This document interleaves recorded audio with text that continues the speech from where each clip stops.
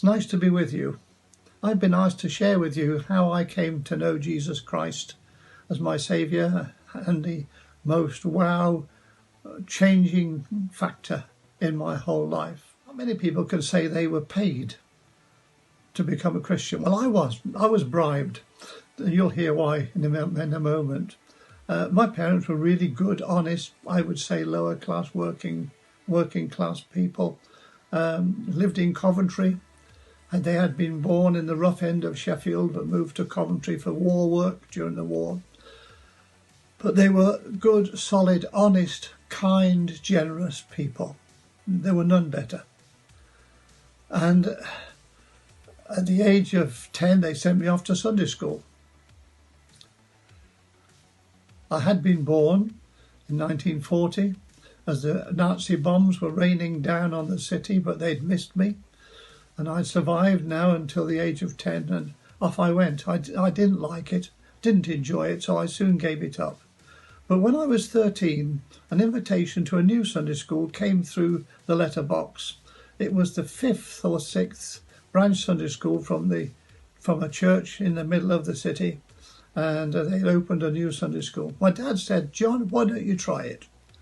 No, thanks, Dad, I said. That's for kids. I was 13, you know. When you're 13, you know it all, don't you? He said, "Well, John, I'll give you £0.50 if you go." I think he wanted his quiet Sunday afternoon nap.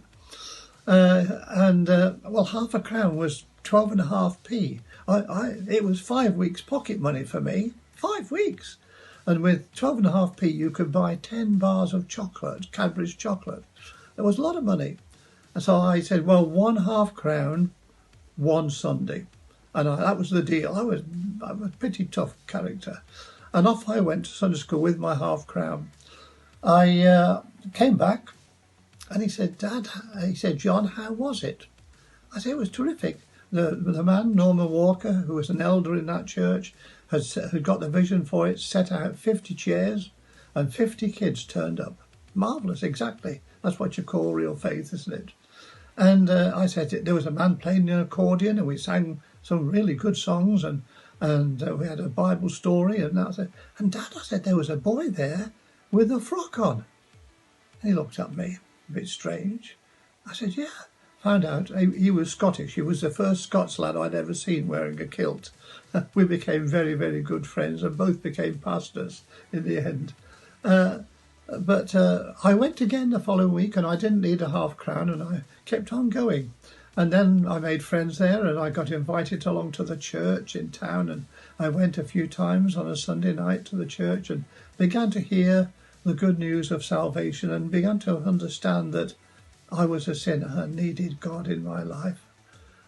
And then one Sunday, old Granny Green, who was my Sunday school teacher, she'd been wheeled out of retirement to help staff this new Sunday school. She said, "John, would you like to come to tea on Wednesday and then come with us to the Methodist Central Hall to hear Billy Graham preach?" He was in London at Haringey. It was 1954.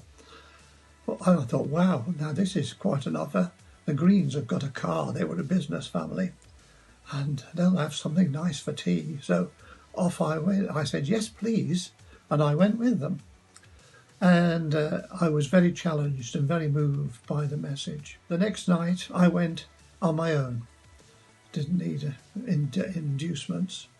And that night, as I sat there in the balcony of the Central Hall hearing Billy Graham, I answered the response and gave my life to Christ. I'm so glad I did.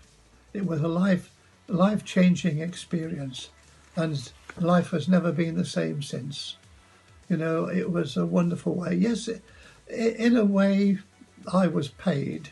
My dad paid me to go to Sunday school and to get saved. But I want to leave you with 2 verses from the Bible.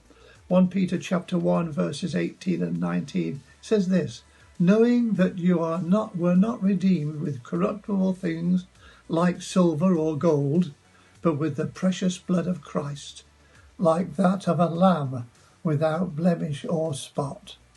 And in Revelation chapter 5, verse 9, it says, "And they sang a new song, saying, Worthy are you to take the scroll and to open its seals, for you were slain, and by your blood you ransomed people for God from every tribe and every language and people and nation.